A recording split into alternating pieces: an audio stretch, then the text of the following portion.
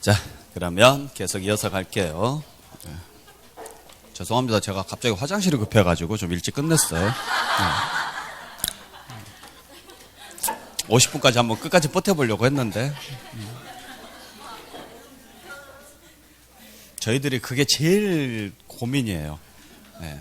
시작하고 나서 딱 한 10분 정도 지났을 때부터가 이제 고민인 거죠. 네. 끊기도 그렇고 계속 가자니 수업을 하면서도 집중이 안 돼요. 네. 여러분들도 마찬가지죠? 네. 그래서 안 되겠다. 빨리 끊고 깔끔하게 가자. 네. 자, 여러분들 이 개념 확실하게 알고 계셔야 돼요. 아시겠죠?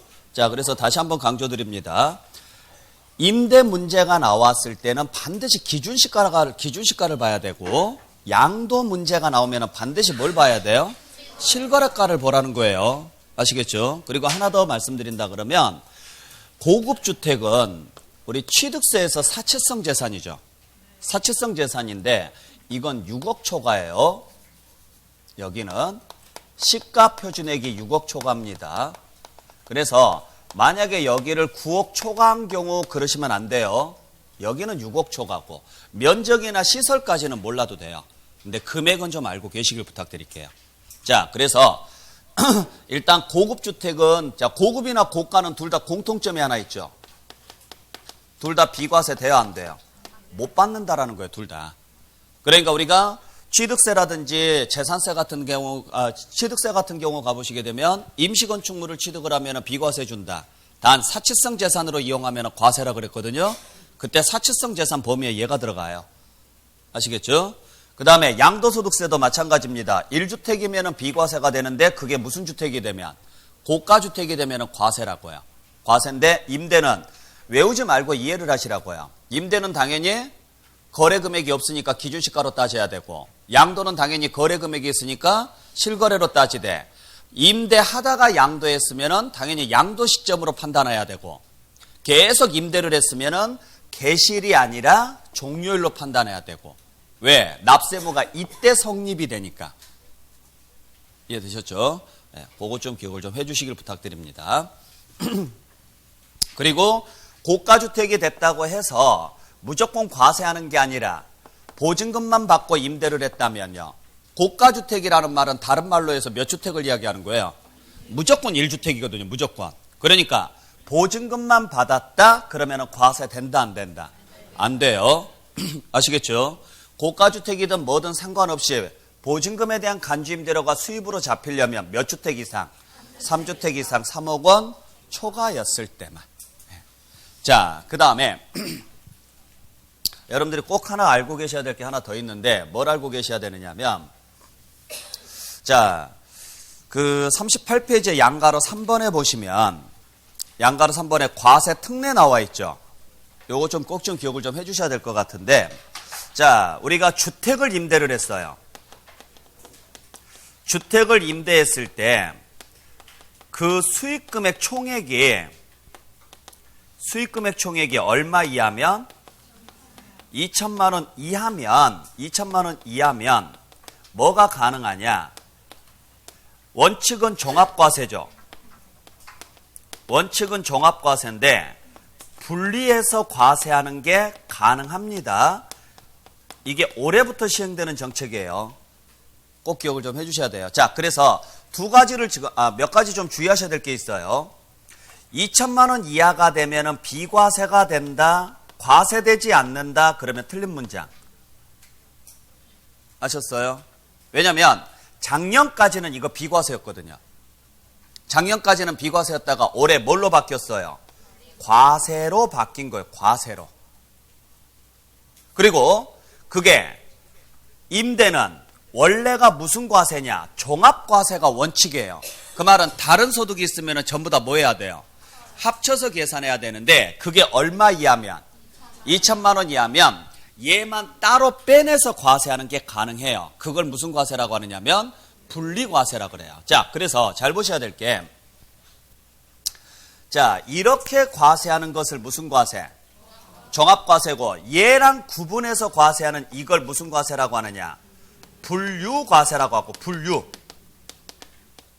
그러니까 처음부터 구분해서 과세하는 것을 분류. 원칙적으로 한꺼번에 넣어서 과세하는 것을 종합.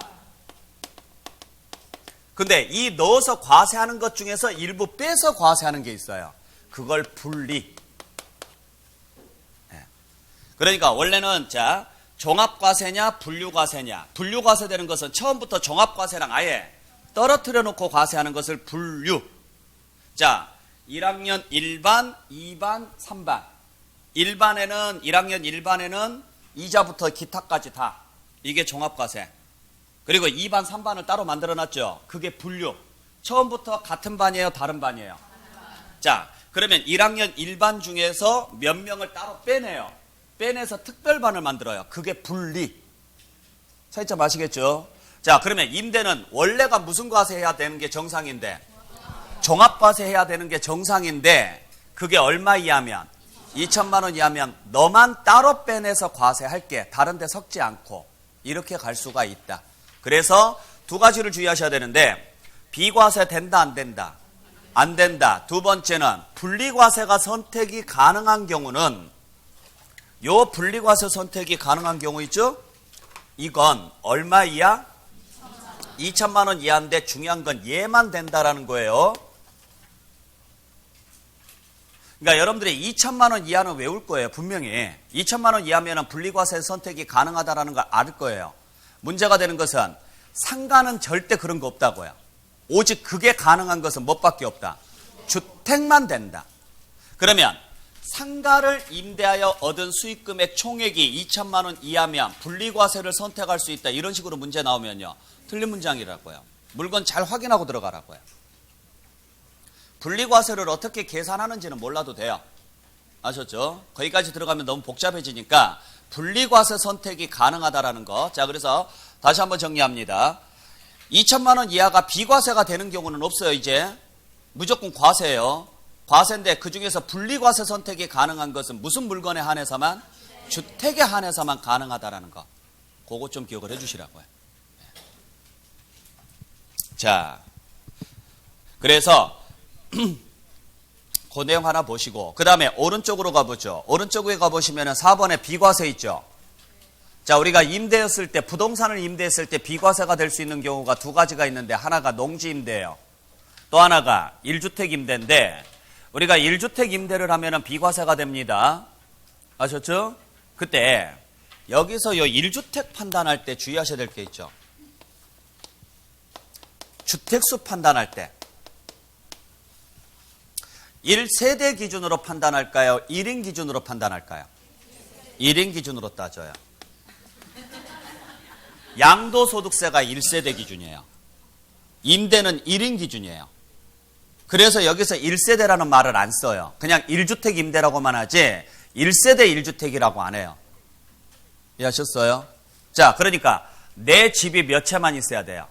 하나만 있어야 돼. 내 집이. 내 집이 하나만 있었을 때 비과세가 되는 거예요. 이해하셨나요? 근데 그 주택수 계산할 때 딱 한 사람, 배우자 주택은 합산해서 판단합니다. 그 밑에 나와 있죠? 그래서 기업번에 보시면은 본인과 배우자가 각각 주택을 소유하고 있다. 그러면 이를 뭐 한다? 합산한다. 뭐 계산할 때 합산한다고요? 주택수. 그러면 세금 낼 때는 합산해서 낼까요? 구분해서 낼까요? 따로따로 낸다고, 인별. 그러니까 당신은 1주택자입니까? 아닙니까? 그거 따질 때만 당신 배우자도 집이 있습니까? 없습니까?를 물어보는 거예요. 있습니다. 나도 집이 한 채 있고 내 배우자도 집이 한 채 있습니다. 그러면 당신은 여기에는 못 들어옵니다. 이렇게 가는 거예요. 당신은 1주택자가 아닙니다. 그러니까 뭘 못 받습니다. 비과세는 못 받습니다. 그러면 저도 임대 냈고 내 배우자도 임대 냈는데 그러면 세금은 어떻게 합니까? 각자 알아서 내십시오. 두 사람 거 합쳐서 내는 게 아니고. 이해되셨어요? 네. 그래서 내가 비과세를 받으려면 배우자랑 합쳐서 몇 주택이 돼야 돼요? 1주택이 됐을 때만 비과세가 돼요. 1주택이 됐을 때만. 그래서 다시 왼쪽으로 가보세요. 38페이지 제일 밑에. 자, 부부가 각각 주택을 한 채씩 보유하고 있대요. 그러면 1주택자예요? 아니에요? 아니라는 거죠. 그러면 비과세는 못 받는다라는 거죠? 자, 그래서 비과세가 안 됐습니다. 근데 주택을 임대해서 받은 수익금액이 1,800만 원이래요. 2천만 원 이하죠? 세금 내요, 안 내요? 낸다고요. 근데 과세소득은 없다 그랬으니까 틀린 거죠. 이해되셨어요? 세금은 냅니다. 내는데 뭐가 가능해요? 2천만 원 이하니까. 분리과세가 가능하다라는 거죠. 그 다음에 다시 돌아가서 오른쪽에 니은번에 공동소유주택 있죠. 공동소유주택은 누구 걸로 본다? 지분이 큰 자 걸로 갑니다. 아시겠죠? 자, 지분이 큰 자 걸로 가고 지분이 큰 자가 2명 이상이면 각자 소유하고 있는 것으로 가죠. 그 다음에 다가구는 몇 개로 봐요? 한 개로 보죠. 다가구는 한 개로 보죠. 자, 다만 구분 등기돼 있으면 어떻게 가고? 자, 그래서 여러분들 잘 보셔야 될 게 보세요. 우리가 공동소유주택이 있어요. 자, 공동소유주택은 누구의 주택으로 볼 거냐 이 문제가 나왔을 때 아시겠죠? 그때 요거 정확하게 구분을 좀 해주셔야 돼요. 시험제 나올 때 이거 되게 많이 틀리거든요.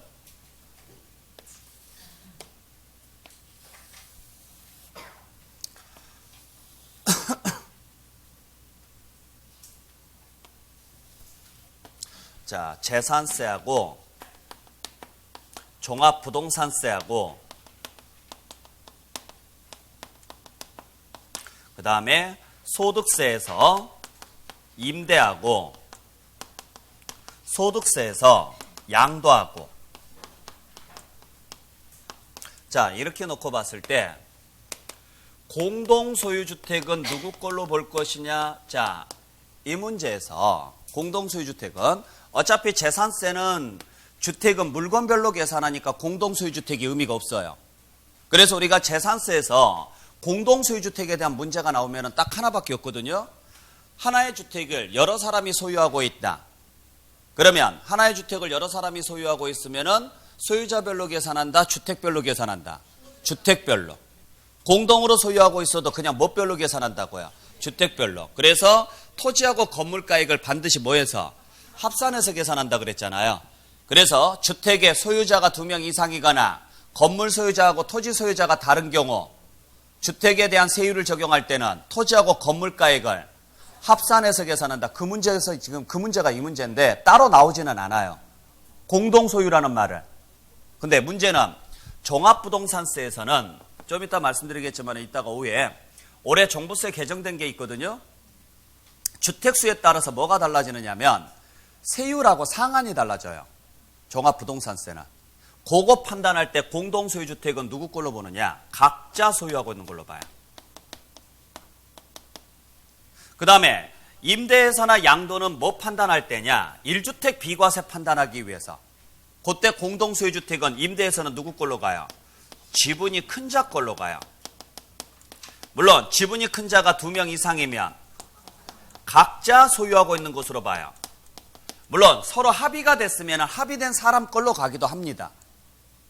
근데 양도에서는요. 각자 소유하고 있는 걸로 봐요. 자, 그래서 보신 바와 같이 그냥 누가 소유하고 있는 걸로 봐요? 각자. 유일하게 어디에서만? 임대에서만 지분이 큰 자예요. 임대에서만. 아시겠죠? 자, 그래서 임대에서만 누구 걸로 간다? 지분이 큰 자. 그러면 시험제 나왔을 때 A라는 주택이 있다. 근데 이 A라는 주택에 갑과 을과 병이 세 사람이 공동으로 소유하고 있다. 근데 지분이 40% 대 40% 대 20%로 돼 있다. 그러면 재산세나 종부세에서는요. 종합부동산세나 양도소득세에서는요. 이 A주택은 갑의 거도 을의 거도 병의 거도 된다 이 말이에요.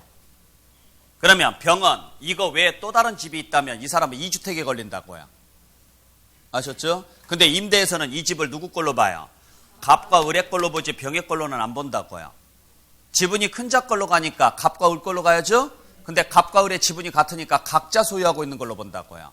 그러면 병은 이 집 외에 다른 집이 하나 더 있어도 1주택이라고요. 이 집이 병의 집으로 보지 않으니까. 아셨죠? 그 다음에 다가구 주택 있죠. 자, 다가구 주택은 어떻게 판단하느냐? 재산세에서는요. 1가구가 독립하여 구분 사용할 수 있도록 구획된 부분을 1구의 주택으로 본다. 이렇게 가요. 1가구가. 대신 종합부동산세로 가면 그냥 1주택으로 본다. 이렇게 가요. 임대에서는 자, 다가구를 지금 뭐라고 봤어요? 한 개의 주택으로 본다. 이렇게 돼 있어요. 다만 구분 등기돼 있으면 그때는 어떻게 하고요? 각각. 대신 양도로 가면은요. 각각이거든요. 이거 뒤에 가면은 정리해놨어요. 좀 이따 보여드릴게요. 다만 하나의 매매 단위로 양도를 했다. 그때는 전체를 하나로 봐요. 전체를. 자, 그래서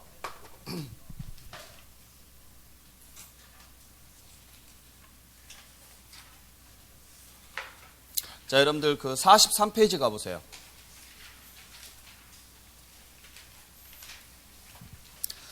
자, 43페이지에 보시면은 지금 여기는 양도소득세거든요. 아시겠죠? 자, 양도소득세에서 공동소유주택은 누구 걸로 간다고 돼 있어요? 각자죠. 양도소득세에서는 공동소유주택은 각자라고 돼 있죠. 근데 그 밑에 표에 보면 종합부동산세는요. 각자라고 돼 있죠. 임대에서는요. 지분이 큰 자라고 돼 있죠. 잘 보셔야 돼요. 그 밑에 다가구 보세요. 다가구 보시면은 기업번에요. 각각이라고 돼 있죠. 각각이라고 돼 있는데 기업번의 끝에 보면 각각이라고 돼 있잖아요. 두 번째 줄에. 근데 니은번에 보니까 무슨 단서가 붙으면 하나의 매매 단위라고 단서가 붙으면 그때는요. 전체라고 나와야 된다고. 전체. 근데 그 밑에 표를 보면은요. 재산세에서는 뭐라고 표현한다고요? 1가구의 동그라미. 아시겠어요? 그 다음에 종합부동산세는 1주택의 동그라미. 그 다음에 임대에서는요. 한 개의 주택의 동그라미. 자, 그러면 이게 같은 말이거든요. 같은 말인데 표현을 그지같이 써놔서 그래요. 자, 1가구라는 말하고 각각이라는 말하고 다 같은 말이에요. 그러니까 뭐별로 판단하시라고요? 가구별로 가십시오. 그걸 1가구별로 또는요. 각각. 자, 그 다음에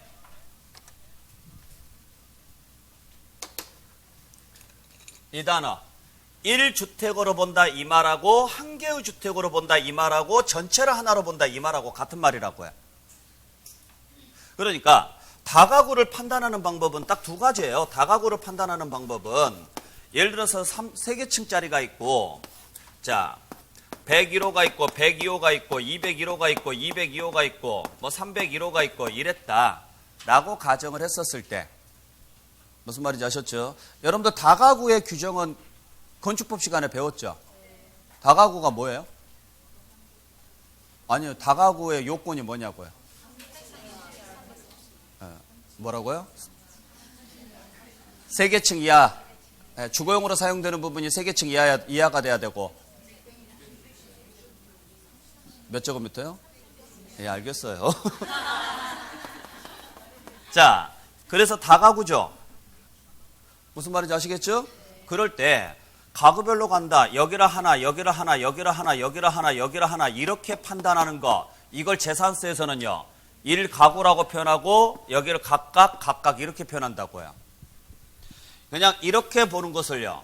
1주택, 한 개의 주택, 전체 이렇게 표현할 거예요. 아셨죠? 자, 그러면 잘 생각해 보셔야 될 게 재산세하고 종부세하고 그 다음에 소득세하고 이렇게 우리가 구분해서 보시면 자, 공동소유주택은 구분할 수 있겠어요? 공동소유주택은 그냥 뭐라고 생각하시면 돼요? 각자라고 생각하시고 딱 하나만 임대에서만 뭘로 간다? 지분이 큰 자로 간다. 요거 기억해 주시면 되고 이건 자, 여기는 이해를 좀 해야 돼요. 그냥 외우는 게 아니라 이해를 좀 하셔야 되는데 자, 재산세는 주택이죠. 지금 주택은 뭐별로 계산해요? 주택별로 계산합니다. 주택별로 계산해서 뭘 적용하느냐? 누진세를 적용을 해요. 무슨 말인지 아셨죠? 그러면 주택별로 적용을 했을 때 누진세로 가려면 가구별로 쪼개서 누진세를 때리는 게 세금이 적게 나올까요? 통째에다가 누진세 때리는 게 세금이 적게 나올까요? 가구별로 쪼개서.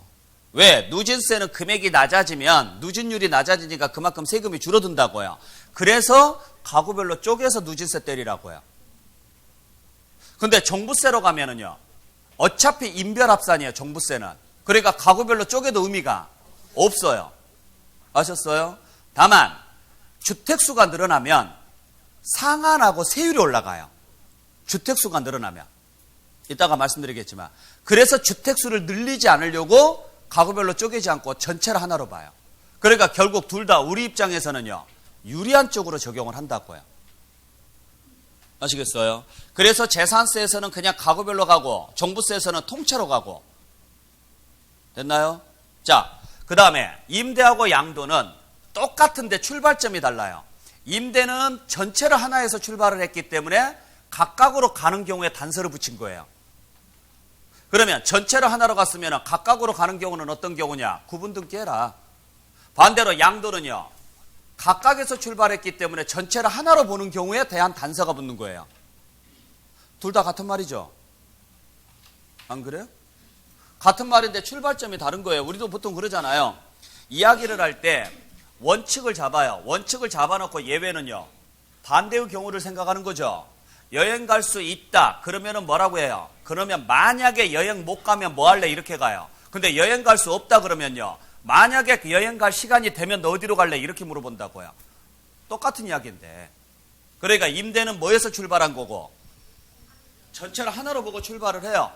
그러면은 각각으로 가는 경우는 어떤 경우가 있습니까? 구분 등기했을 때만 각각으로 갑시다. 양도는 각각으로 가요. 그러면 통째로 하나로 보는 경우는 어떤 경우가 있습니까? 통으로 파십시오. 하나의 매매 단위로 파십시오. 이렇게 가는 거예요. 그러니까 출발점이 다른 거죠. 자, 그러면 여러분들이 아셔야 될 것은 재산세를 하나 외우시고 종부세는 반대로 움직이라고요. 그러면 재산세가 뭐 별로 갔으니까? 가구별로 갔으니까 종부세는요, 전체로 가라고요. 전체. 1가구 1주택 다른 말이에요. 이건 가구별로 따지는 거고 이건 전체를 하나로 보는 거고요. 아셨죠? 양도는 외웠죠? 이건 수업 시간에 많이 했잖아요. 양도는 뭘로 갔어요? 각각으로 갔다고요. 단 무슨 단어가 붙었을 때?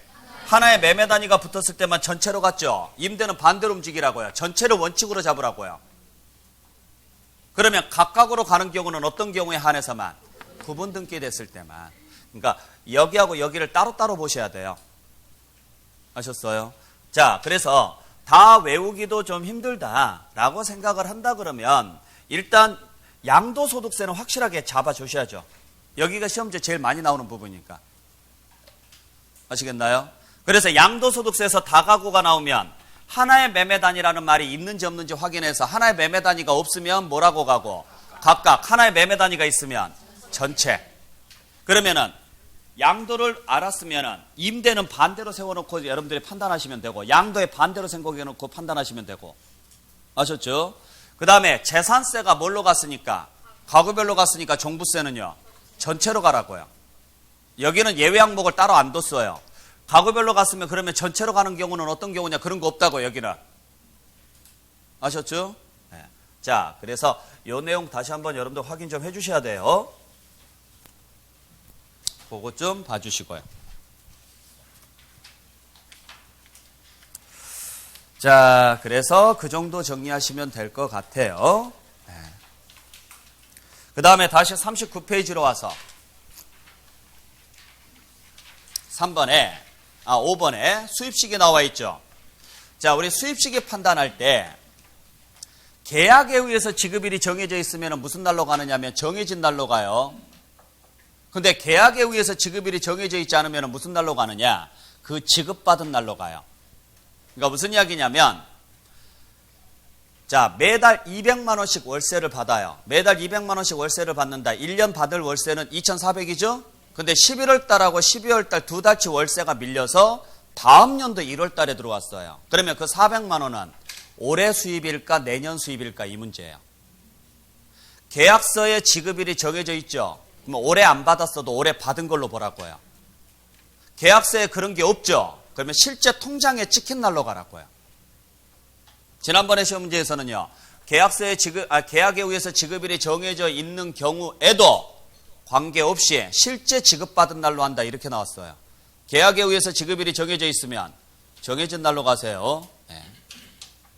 그 다음에 6번 보죠. 결손금 공제가 나와 있는데 동그라미 1번 보세요. 임대업에서 발생하는 결손금은 종합소득 과세표준 계산할 때 공제한다 안 한다? 안 합니다. 자, 그래서 잘 보셔야 될 게, 자, 우리가 임대는 무슨 소득으로 본다 그랬어요? 사업소득으로 본다 그랬죠. 그때 사업소득에는 임대만 있는 게 아니라 건설업도 있고 중개업도 있고 뭐 등등등 요식업도 있고 등등등 굉장히 많아요. 하여간 사업은 전부 다 무슨 소득에 들어가요? 사업소득에 들어갑니다. 그중에 임대도 사업으로 보는 거예요. 근데 임대를 했을 때 상가를 임대를 했어요. 그러면 상가를 임대했는데 결손이 나온 거예요. 결손이 나왔다는 이야기는요. 손해봤다는 이야기죠. 단지 내 상가를 분양받아가지고 임대를 내놨더니 안 나가요. 계속 공실 상태로 남아요. 근데 관리비는 내야 돼, 안 내야 돼요? 내야죠. 그래서 결손이 나온 거예요. 그 결손, 내가 벌어들인 다른 이자나 배당이나 또는 근로소득 등에서 공제받을 수 있다, 없다? 못 받는다고요. 지금 그 이야기라고요. 종합소득에서 공제 못 받는다는 소리예요. 단, 역시나 얘만. 유일하게 얘만 원래 안 해주는데 얘만 공제를 해줘요. 부담된다 그래서. 자, 그래서 두 가지를 알고 계셔야 돼요. 확실하게. 자, 주택한테만 주어지는 혜택이 두 개가 있어요. 하나가 분리과세 선택. 이거 오직 뭔만 된다? 주택만. 또 하나가 결손금 공제. 이거 오직 누구한테만 주어지는 거다? 주택에만 주어지는 거다. 그거 좀 기억을 해 주시라고요. 됐나요? 네, 그거 확실하게 여러분들 좀 알고 계시길 부탁드릴게요. 자, 그래서 임대는 그 정도 보시고, 그 다음에 다음 장에 넘겨서 이제 양도소득이 나와 있는데, 자, 우리 양도소득에서는 여러분들 뭐 과세 대상이라든지 이런 것들은 여러분들께서 보셔야 돼요. 이건 여러분들 몫이니까 제가 뭐 딱히 해드릴 건 없어요.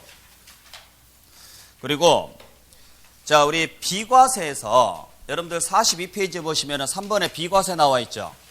비과세 종류는 꼭 기억하시기 바랍니다. 크게 4개. 파산 선고에 의한 처분으로 인해서 발생하는 소득, 그 다음에 지적 제조사에 따라서 지급받는 조정금, 특히 2번 같은 경우가 올해 신설된 거라 그랬죠. 요거 꼭 기억을 해주시고요. 그 다음에 3번에 농지의 교환 또는 분합, 4번에 1세대 1주택. 자, 이렇게 돼 있는데, 자, 일단 요 4가지 외에는요, 비과세 되는 경우 있다, 없다? 없다라고요. 그래서 혹시라도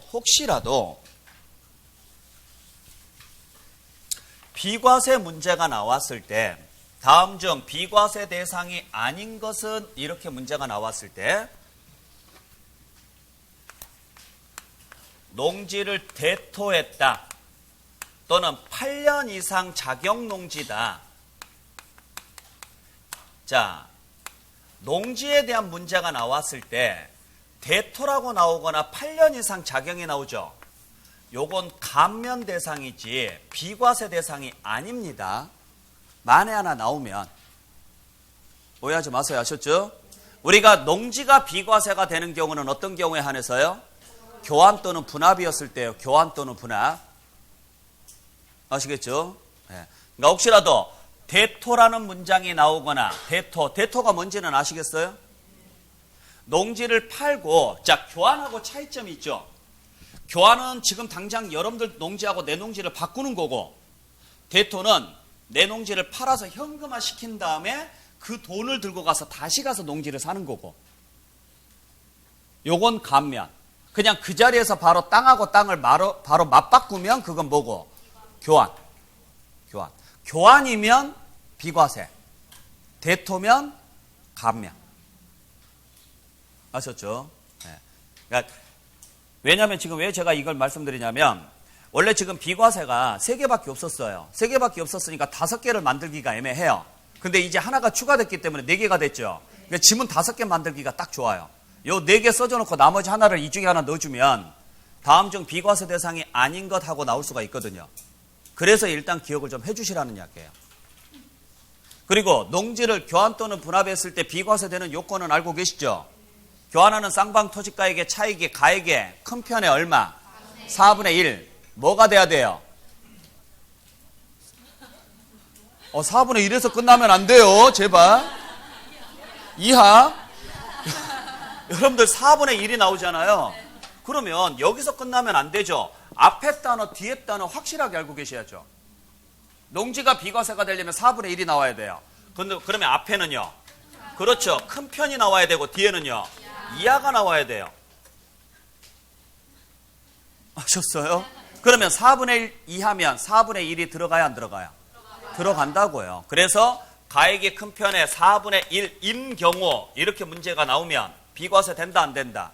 된다고요. 가액이 큰 편에 5분의 1인 경우 비과세 된다 안 된다? 비과세 된다고요. 가액이 큰 편에 3분의 1인 경우 비과세 된다 안 된다? 안 된다고 얘는. 아셨죠? 그러니까 여러분들 숫자만 외우지 마시고 앞에 단어 뒤에 단어를 확실하게 잡아주셔야 돼요. 꼭 기억을 좀 해주시길 부탁드립니다.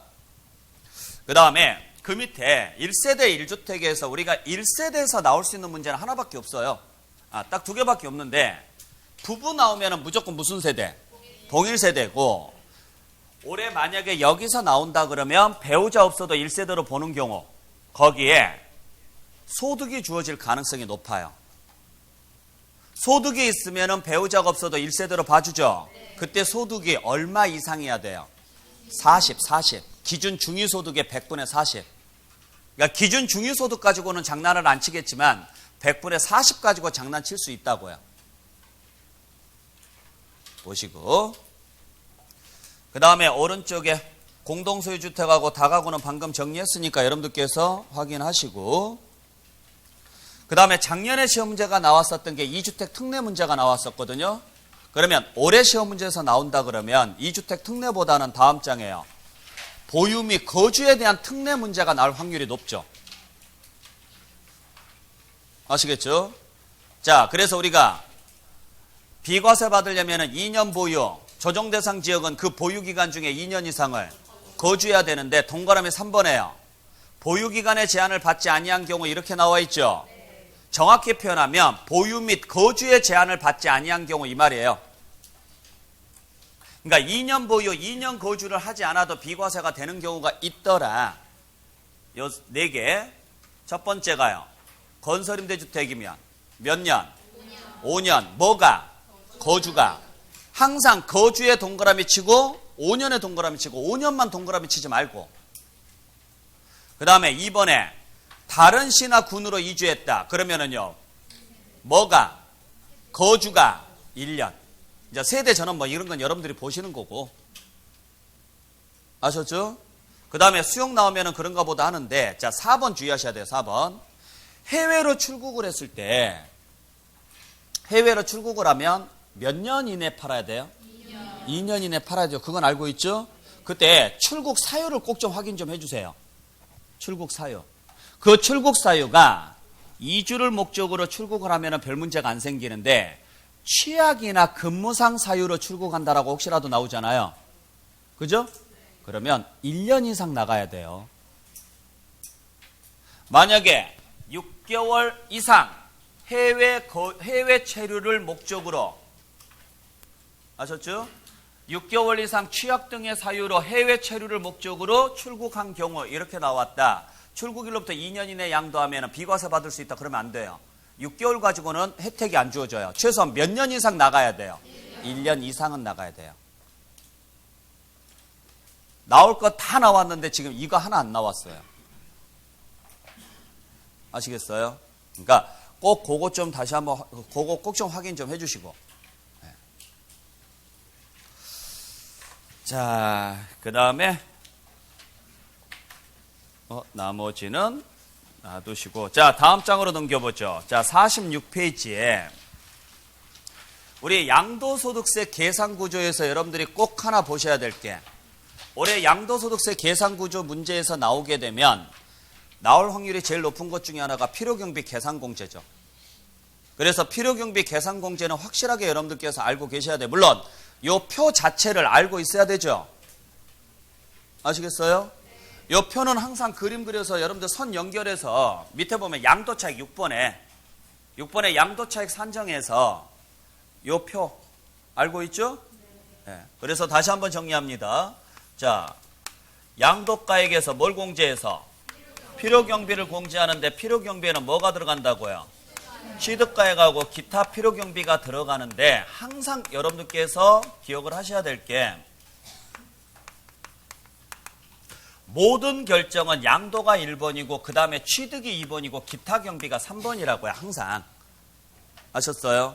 자, 그래서 우리 양도가액에 실거래가 원칙, 실거래가 확인이 안 되면, 매매사례도 확인이 안 되면, 감정가액도 확인이 안 되면, 기준시가, 그리고 기준시가에서 선을 그은 다음에 취득가액으로 넘어가서 취득가액도 원칙은 실거래가 확인 안 되면, 매매사례도 확인 안 되면, 감정가액도 확인 안 되면, 단 양도가액이 기준시가면 취득가액도 기준시가, 그리고 실거래에서 선을 그은 다음에 취득가액이 실거래일 때만 자본적 지출하고요, 양도비가 비용 처리가 되고요, 만약에 매매사례가나 감정가나 환산가나 기준시가로 갔으면 그때는요, 필요경비 계산공제액을 더한 금액으로 간다, 이렇게 가야죠.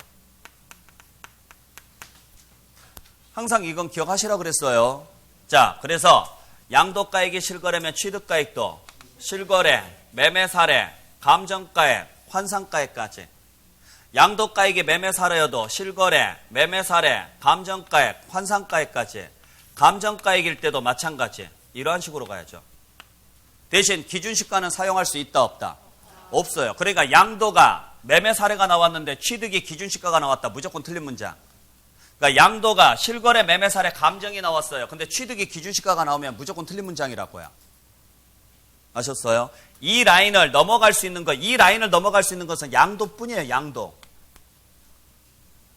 아시겠죠? 잘 보셔야 돼요. 자, 대신 양도가 감정가액이 나왔는데 취득은 매매사례가 나올 수 있어요? 없어요? 있다고요. 이해되셨죠? 그러니까 이 선을 몇 번 그어 보셔야 돼요. 이거 가지고 장난치려고 마음먹으면 수두룩해요. 근데 꼭 주의하셔야 될 거 두 가지. 첫 번째가 양도가 기준시가일 때만 취득이 기준시가예요. 이거 뒤집으면 안 된다라는 거. 취득이 기준시가면 양도가 기준시가다. 무조건 틀린 문장. 아셨어요?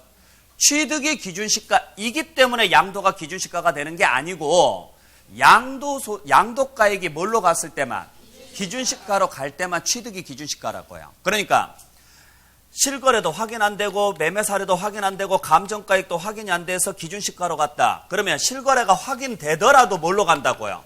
기준시가로 가는 거지. 아셨어요?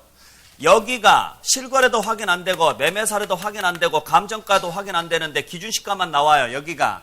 근데 여기가 매매사례가 나와요. 그러면 매매사례로 가야 된다고요. 매매사례로 가면 기준시가는 사용 못 한다고요. 그러니까 취득이 기준시가니까 양도가 기준시가다 이러면 왠지 맞는 것처럼 보여요. 절대 그러지 마세요. 뭐가 먼저예요? 양도가 먼저죠.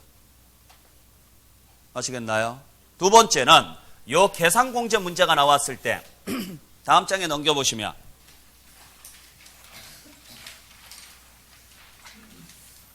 자, 다음 장에 넘겨보시면 49페이지에 요 계산공제 있죠. 요 계산공제율 꼭 기억해 주셔야 돼요. 부동산일 때가 몇 프로? 3%. 그 다음에 부동산을 이용할 수 있는 권리인 지상권, 전세권, 등기된 부동산 임차권이 몇 프로? 7%고 나머지가 1%. 자, 그러면 부동산이 3%라는 건 알고 있죠?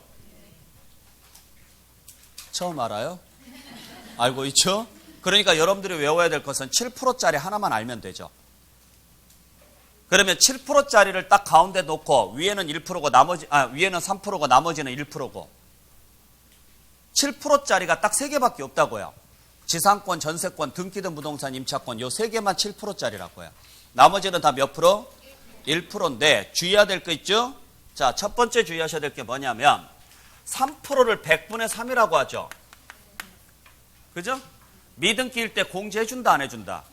해줘요. 미등기일 때도 해줘요. 왜? 필요경비니까. 그때는 0.3이니까요. 1000분의 3이라고 해야 돼요. 그러니까 요 3만 보고 문제 풀지 말라고요. 앞에가 1000이 나왔는지 100이 나왔는지 꼭 보라고요. 무슨 말인지 아셨어요? 그러니까 미등기가 나왔을 때는 잘 보라는 이야기예요. 100인지 1000인지 그거 보시고, 두 번째는 자 3%, 7%, 1%를 외웠다면 어차피 3%하고 7%만 외우면 돼요. 1%는 나머지가 다 1%니까. 중요한 것은 앞에 단어가 항상 뭐 해야 돼요? 취득 당시 해야 돼요. 양도 당시가 나오면 절대 안 된다고요. 그 다음에 두 번째 단어가 무슨 단어가 나와야 돼요? 기준시가가 나와야 돼요. 아셨어요? 자, 그래서 예를 들어서 양도 당시가 나와요. 무조건 틀린 문장. 무슨 당시가 나와야 돼요? 취득 당시가 나와야 돼요. 왜 취득 당시가 나와야 되는지 아시겠어요? 얘 운명은 얘랑 운명을 같이 해야 되니까 그래요. 양도랑 운명을 같이 할 게 아니라고요. 그죠? 필요경비의 대장은 누구예요? 취득이에요. 필요경비의 대장은. 그러니까 누구랑 운명을 같이 하라고요? 취득이랑. 그것도 매매 사례가나 감정가나 환산가액으로 계산하면 안 되고 뭘로 계산하시라고요? 기준시가로 계산하시라고요. 그러니까 매매 사례가가 5억이 잡혔어요. 그러면 계산공제가 따라와야죠? 그러면 계산공제는 자 부동산이라고 가정하면 3%죠. 5억의 3%가 아니라고요. 매매 사례가 뭘로 잡혀도 매매 사례로 취득가액이 매매 사례로 잡혀도 계산공제는 이 금액의 3%라고요. 그러면 얘가 1억이면 그냥 300만 원이 와야 된다 이야기예요. 근데 시험제 낼 때 저 같으면 그렇게 낸다고요. 취득가액이 매매 사례가액으로 가는 경우 그 매매 사례가액의 100분의 3을 곱한 금액을 필요경비에 산입한다. 틀린 문장. 매매 사례가액의 3%가 아니라고요. 취득가액이 뭐여도 매매 사례든 감정이든 환산이든 거기에 더해지는 계산공제는요. 기준시가예요. 기준시가. 아셨죠? 그래서 계산공제 문제가 나왔을 때는 항상 이거부터 먼저 확인하시고 무엇부터? 양도인지 취득인지. 두 번째는 얘를 확인하시고 물론 그게 기준시가 말고 기준시가를 대신해서 쓰는 용어들 있죠. 공시지가라든지 이런 말들이 나와도 상관은 없어요. 하여간 이 말만 안 나오면 돼요. 그리고 나서 거기에 이제 3%로 갈 거냐, 7%로 갈 거냐, 1%로 갈 거냐 이제 요걸 따져봐야죠. 그러니까 공제율부터 먼저 보지 마시고 먼저 양도 당시가 있으면 걔가 무조건 틀린 거예요. 두 번째는 무슨 환산가액의 100분의 3, 매매 사례가액의 100분의 3 요딴 식으로 나오면 다 틀린 거라고요. 무슨 말인지 아셨죠? 그러니까 요거 좀 주의하시고 최근에 들어와서 이런 문제들이 이제 나오기 시작했으니까 여러분들이 꼭 알고 계셔야 되고 지금 여기서 나올 문제는 이제 얘 하나 남았어. 얘. 아니면 계산 문제예요. 계산 문제는 찍으시라고요. 제발 부탁이니까 계산 문제는 풀지 말고 뭐 하세요? 찍으세요. 제발 좀. 욕심내지 마시고. 자, 그래서 그 정도 여러분들께서 좀 확인을 좀 해주시길 바랍니다. 그래서 그 밑에 그 필요경비 계산공제 밑에 자 문제 몇 개 넣어놨죠?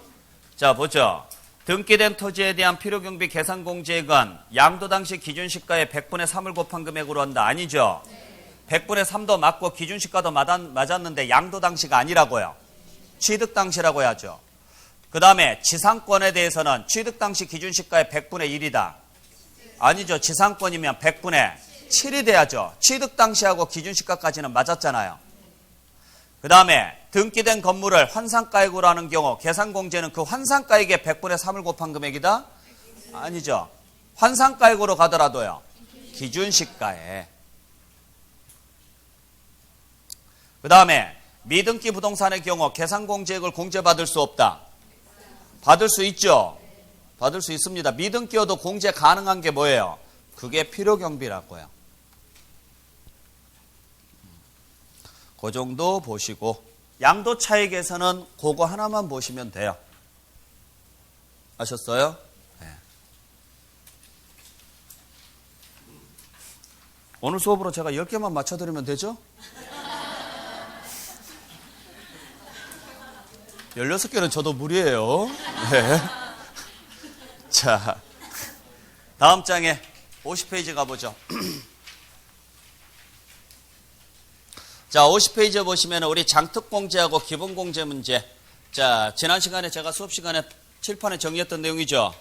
요거 꼭 기억하셔야 돼요. 요 두 개. 자, 첫 번째 주의하셔야 될 것. 장기보유특별공제는 거주자, 비거주자 다 받을 수 있다. 단 국내 것만 된다라는 거. 장특공제는. 국외 것은 장특공제 된다 안 된다? 절대 안 된다. 올해 시험 문제에서 국외 문제는 무조건 나와요. 그러니까 국외 문제가 나왔을 때 특히 잘 보라고요. 국외는 장기보유특별공제는 안 돼도 무엇은 가능해요? 기본공제는 가능하죠. 그러니까 기본공제는 국내, 국외 관계없이 다 되고 거주자, 비거주자 관계없이 다 된다고요. 아셨어요? 그래서 기본공제는 거주자든 비거주자든 국내든 국외든 다 되는데 장기보유특별공제는 요건을 충족했어도 국내 것만 해주지 국외 것은 절대 안 해준다고요. 그러니까 국외 부동산을 자 우리 장특공제가 몇 년 이상 보유했을 때만 해줘요? 그러니까 꼭 시험 문제는 그렇게 내요. 국외 부동산을 5년 이상 보유하면 장특공제를 받을 수 있다. 그러면 안 된다고 알면서도 왠지 5년이니까 짠해서 좀 해줘야 될 것 같은 느낌을 받나 봐요. 제발 그러지 마세요. 100년을 가지고 있어도 안 해줘요. 국외 것은. 어디 것만 해준다고요? 국내 것만. 두 번째는 장기보유특별공제가 두 종류가 있죠. 2%씩에서 30%까지 되는 경우가 있고 8%씩에서 80%까지 받을 수 있는 경우가 있죠. 아시겠어요? 그때 8%씩에서 최대 80%까지 공제되는 경우는요. 1주택자입니다. 그 1주택자는 누구에 한해서만? 거주자에 한해서만이에요. 비거주자가 1주택을 양도를 했습니다. 장특공제 돼요 안 돼요? 돼요. 되는데 8% 혜택은 없어요. 그냥 2%씩에서요. 최대 30%까지만 돼요. 1주택이어도. 아시겠어요? 자, 그래서 장기보유특별공제가 2%씩에서 최대 몇 프로까지? 30%까지 받을 수 있는 경우가 있고 또 하나가요. 8%씩에서 최대 몇 프로까지? 80%까지 받을 수 있는 경우가 있다고요. 근데 이건 거주자, 비거주자. 자, 즉 다시 말해서 거주자, 비거주자 다 장특공제가 가능하잖아요. 근데 유일하게 얘는 누구만 된다고요? 그래요. 얘는 거주자만 된다고요. 거주자. 거주자로서요. 1주택이었을 때만. 그 외에 나머지는 다 그냥 이쪽으로 온다고요. 그러면 여기에가 비거주자가 들어가냐고요? 들어간다는 이야기예요. 비거주자가. 그러면 이 두 가지 요건 중에 하나라도 충족이 안 되면 안 되는 게 아니라 장특공제가 안 되는 게 아니라 되는데 2%짜리라고요. 2%짜리. 그래서 8%짜리 혜택은 오직 거주자로서 몇 주택자? 1주택자. 그 이유는 아시죠? 짠해서. 왜 1주택에 대해서 장특공제를 8%씩 해주는데요? 그래요. 짠해서 그래요. 비과세를 받아야 되는데 못 받았기 때문에. 그때 비과세 혜택은 누구한테만 주어지는 혜택이에요? 거주자한테만 주어지는 혜택이에요. 그러면 비거주자는 원래부터 1주택을 가지고 있어도 비과세를 못 받아요. 억울할 일이 없다고요. 너 근데 면제해 줄게 했다가 너 근데 너는 가야 돼. 억울해 안 억울해요? 너는 원래 가야 되는 놈이야. 그래서 보냈어요. 억울할 것도 없죠. 처음부터 기대가 없었으면 억울할 일도 없어요. 그래요. 실망도 없어요. 억울할 일도 없어요. 근데 처음에는 기대를 한껏 시켜줘 놓고 안 해주면 억울하죠. 거주자한테 거주자가 1주택을 소유하고 있으면서 2년 보유하면 비과세 주겠다고 쫙 해놓고 단서를 붙이기를 9억 넘으면 좀 그러니까 비과세 못 해줄게요 이랬단 말이에요. 9억 넘은 게 내 잘못은 아니잖아요. 제가 항상 말씀드리잖아요. 이쁘게 태어난 게 죄는 아니라고. 그렇게 태어났는데 어쩌라고요? 근데 거기다가 머리까지 똑똑해요. 재수 없죠? 그래서 왕따 당해요. 그죠? 그게 지금 고가주택이라고요. 지가 뭔 죄를 졌냐고요. 그래서 미안하다 그래서 뭐 해주는 거예요? 장특공제라도 많이 해주는데 비거주자는 원래부터가 비과세 혜택이 없는 사람이에요. 그래서 제가 말씀드릴 때 비거주자가 비과세 혜택을 받으려면 뭘 해야 돼요? 거주자로 전환을 해야 되고 거주자로 전환을 해서 팔면 3년 보유를 해야 돼요. 그 사람은. 아셨죠? 그러니까 비거주자한테 1주택은요. 특별한 주택이에요? 아니에요? 아니에요. 상가랑 똑같아요. 그래서 그냥 2%씩 해주는 거예요.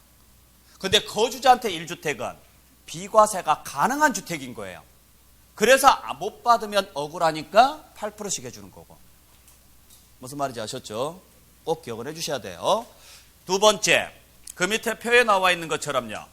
부동산 중에서 장특공제가 안 되는 건 딱 두 개예요. 하나는 미등기고 또 하나가요. 조정대상 지역이고 2주택 이상이 돼야 돼요. 아셨죠? 자, 그래서 물론 기본공제가 안 되는 것은 몇 개고? 하나고. 그러니까 시험제 나왔을 때 장기보유 특별공제가 된다 안 된다, 기본공제가 된다 안 된다 나왔을 때, 자 여러분들 장기보유 특별공제 있죠? 장기보유 특별공제 문제가 나오면 첫 번째 뭐부터 봐야 돼요? 물건부터 보세요. 물건. 아시겠어요? 그리고 나서 뭘 봐야 돼요? 보유기간 보는 거예요. 보유기간부터 보지 마세요. 이해되셨나요? 그러니까 물건이 부동산이 나와요. 부동산이 나오고 보유기간이 3년이 나와요. 장특공제 돼요? 안 돼요? 된다고요. 근데 물건이 지상권이 나와요. 보유기간이 3년이 나왔어요. 절대 안 된다고요. 왜? 장기보유 특별공제는 뭔만 되니까? 부동산만 되니까. 부동산만. 아셨어요? 그러니까 이거부터 먼저 보게 되면 이걸 놓치고 간다고요. 이걸. 그래서 항상 볼 때 뭐부터 보고 들어가라고요? 물건부터 보고 들어가되 부동산 중에서 장특공제 안 되는 게 딱 두 개라고요. 그게 미등기는 당연히 안 되는 줄 아시죠? 그러면 나머지 하나가 뭐예요? 조정대상 지역. 자, 이 단어. 그 다음에 반드시 따라와야 될 게 이 단어. 요 둘 중에 하나라도 빠지면 장특공제 된다 안 된다?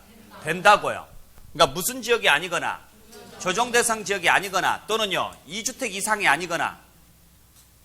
그러면 2주택 이상이 아니려면 1주택자죠. 그러니까 1주택자가 조정대상 지역에 있는 주택을 팔았다. 장기보유 특별공제 받을 수 있다라는 거예요. 그러니까 요 두 개를 동시에 봐야죠. 무슨 말인지 아셨어요? 네. 대신 조정대상 지역에 있는 주택으로서 2주택 이상이라고 하더라도 기본공제는 받을 수 있죠. 올해 시험제 나오면 분명히 장특공제하고 기본공제 비교 문제 낼 거예요. 그러면 장특공제하고 기본공제 비교 문제 내면 1주택, 2주택하고 비삼용 토지 요 세 개는 100% 줘요. 그러면 비삼용 토지는 받을 수 있다 없다?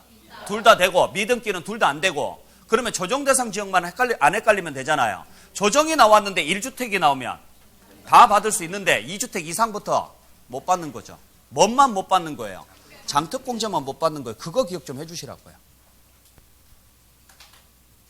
무슨 말인지 아시겠죠? 네. 그거 꼭 좀 기억을 좀 해주시길 부탁드립니다. 자, 그 다음에 그 밑에 조합원 입주권에 대해서 혹시라도 장특공제 문제가 나올 수가 있거든요. 이 조합원 입주권 하나만 주의하시면 돼요. 전체 다 해준다, 토지 건물분만 해준다. 토지 건물분만 해준다라는 거예요. 자, 원래 입주권은 장특공제를 해줘야 안 해줘요? 안 해준단 말이에요, 입주권이. 그러니까 장기보유 특별공제는 뭔만 해주는 게 원칙이에요? 부동산만 해주는 게 원칙인데 입주권에 대해서 장특공제를 해주는 이유가 뭐 때문에 해주는 거예요? 입주권에 대해서 장특공제를 해주는 이유가 짠해서 그래요. 얘도. 왜 짠해요? 재개발, 재건축만 아니었으면 부동산으로 팔 수 있었고 부동산으로 팔았으면 받을 수 있었던 그 혜택을 재개발, 재건축 때문에 뭘로 팔았다라는 이유만으로, 입주권으로 팔았다라는 이유만으로 못 받는단 말이에요. 그래서 지금 보상을 해주겠다라는 거예요. 뭘 보상을 해주라고요? 토지 건물을 보상을 해주라고요. 토지 건물을. 그러니까 자, 자산을 취득을 해서 나중에 팔아요. 파는데 취득할 때 뭘로 취득을 해서? 부동산으로 취득을 해서 가지고 있다가 재개발, 재건축을 통해서 뭘로 바꿨어요? 입주권으로 바꾼 다음에 팔 때 뭘로 팔았다고요? 입주권으로 팔았다라는 게 문제예요. 그러면 모양새는 권리지만 이걸로 보유한 기간이 있잖아요. 여기를 보상을 해주라고요. 여기를. 여기 말고. 이해되셨어요? 네. 그래서 양도 차익을 두 번 계산하죠. 일단 토지 건물번 양도 차익을 한 번 계산하고 입주권번 양도 차익을 한 번 계산을 해요. 그리고 여기에 대해서만 장특공제를 해주고 여기에서는 장특공제를 안 해주죠.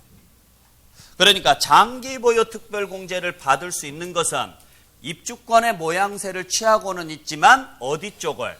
토지 건물 쪽을. 그러면 토지 건물로 바뀌는 시점이 언제냐고요? 관리처분계획 인가 시점이죠. 입주권으로 바뀌는 시점이. 그래서 인가 전이라고 해야 돼요? 인가 후라고 해야 돼요? 인가 전. 관리처분계획 인가 전 토지분 건물분에 한해서만. 전체 양도 차익이 아니고. 그거 좀 주의를 좀 해주시길 부탁드릴게요. 됐죠? 네. 자, 그 다음에 오른쪽에 8번에 차손에서 만약에 시험 문제에서 나오죠? 그러면은 두 가지만 주의하시면 돼요. 첫 번째는 같은 집안이냐 다른 집안이냐. 같은 집안끼리는 공제해준다 안 해준다? 해주지만 다른 집안끼리는 공제하지 않는다. 그죠? 그때 같은 집안은 부부기, 주식, 화생상품 세 종류로 나누죠? 기본 공제처럼 푸시면 돼요. 그러면 주어진 물건 중에서 뭔만 찾아내면 돼요? 주식하고 파생상품만 찾아내면 된다고요. 얘들이 보이면 얘들만 따로 빼고 안 보이면 그냥 싸그리 묶어버리고. 됐죠? 자, 두 번째 주의하셔야 될 것은 차손은 차익에서 공제한다, 소득에서 공제한다? 소득에서. 그거 주의하시고. 차익에서 공제한다 그러면 안 되고. 아셨어요? 그래서 자, 양도가액에서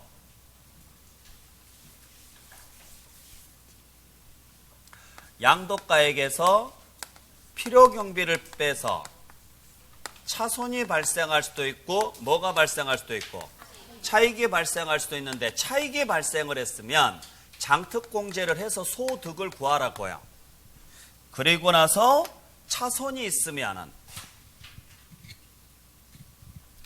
그 차손은 여기서 공제를 하라고. 여기서 공제하면 안 되고.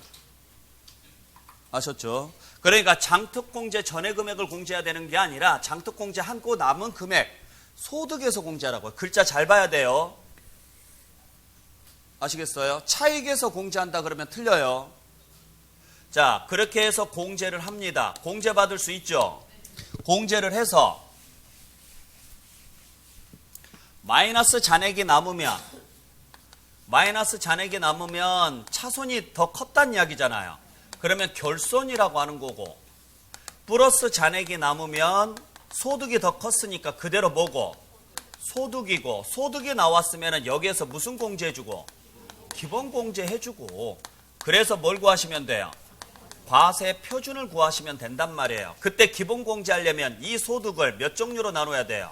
세 종류. 부동산에 관한 권리, 기타 자산, 주식, 파생상품인데 부부기 하나, 주식 하나, 파생상품으로 나누어서 부부기에서 얼마? 250. 주식에서 얼마? 250. 그것도 국내 것 따로, 국외 것 따로. 따로따로 250이죠? 단 파생상품은 국내 국외 합쳐서 얼마? 250이란 말이에요. 그러면 이렇게 기본공제를 해주려면 잔액이 남아도 여기서 남던가 여기서 남던가 여기서 남아야죠. 그래서 이거 공제할 때 부부기는 부부기끼리만, 주식은 주식끼리만, 파생상품은 파생상품끼리만. 서로는 공제해준다 안 해준다? 이렇게는 공제 안 되고. 그러니까 첫 번째 알아야 될 것은 같은 집안입니까? 다른 집안입니까? 아셨죠? 그리고 그게 같은 해에는 공제받을 수 있지만 다음 연도로 2월에서 공제는 된다 안 된다? 절대로 안 된다. 2월 공제는 죽었다 깨어나도 안 된다. 그 다음에 세 번째 주의하셔야 될 게 차손은 어디에서 공제해라? 소득에서 공제해라. 차익에서 공제하지 말고. 차익에서 공제하면 우리만 손해요. 아셨죠? 자, 그래서 그것만 좀 주의해 주시면 되는데 그 밑에 문제 한번 보세요. 자, 문제를 보시면 자, 양도소득 금액을 계산할 때 부동산을 취득할 수 있는 권리에서 발생하는 양도차손은 토지에서 발생하는 양도소득 금액에서 공제할 수 없다. 자, 차손의 동그라미. 차손 나왔으니까 공제할 수 있느냐 없느냐 물어봤죠? 물건부터 보라고요. 봤더니 취득할 수 있는 권리하고 뭐예요? 토지예요. 같은 집안이에요? 다른 집안이에요? 같은 집안이니까 공제할 수 있다라고 해야죠. 없다라고 했으니까 틀렸죠. 됐죠? 두 번째 보죠. 똑같은 문장입니다. 자, 역시 차손의 동그라미. 차손 나왔죠? 그래서 공제할 수 있냐 없냐 물어봤어요. 봤더니 역시 취득할 수 있는 권리하고 토지니까 같은 집안이에요? 다른 집안이에요? 같은 집안이니까 공제할 수 있다. 맞죠? 그래서 맞다고 넘어가면 안 된다고요. 여기는 차익에서 공제한다 그랬으니까 틀린 거고. 그러니까 공제할 수 있다는 맞는데 어디에서? 차익이라 그래서 틀린 거고. 두 번째 것은, 첫 번째 것은 공제할 수 없다 그래서 틀린 거고. 둘 다 왜 틀렸는지 아시겠죠? 네. 그거 좀 잘만 봐주시면 돼요. 그것만 보시면 돼요. 아시겠죠? 네. 자, 그래서 그 정도 정리하시고, 자, 잠시 쉬었다가 나머지 부분 정리하도록 하겠습니다.